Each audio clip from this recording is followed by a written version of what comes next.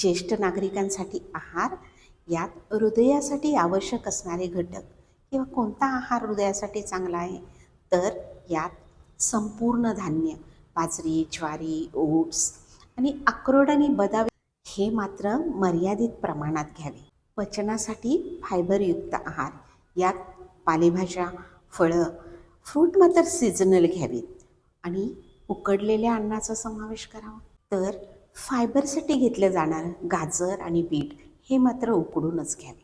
पुरेसे पाणी आणि द्रव पदार्थ, यात ताक, लिंबू पाणी, साखर मात्र मर्यादित असावी. शक्य असल्यास दररोज एका नारळ पाण्याचा वापर करावा, जेणेकरून द्रव पदार्थाची गरज भरून निघण्यास मदत होते. आहारात काय बरं टाळावं, तर खूप गोडाचे पदार्थ, तळलेले पदार्थ, फास्ट फूड, पॅकेज ज्यूस तसेच कोल्ड्रिंक आणि जास्त चहा कॉफी घेण्याचे टाळावे. अशाच माहितीसह आपण पुन्हा भेटतोय एक पाऊल आरोग्याकडे. धन्यवाद.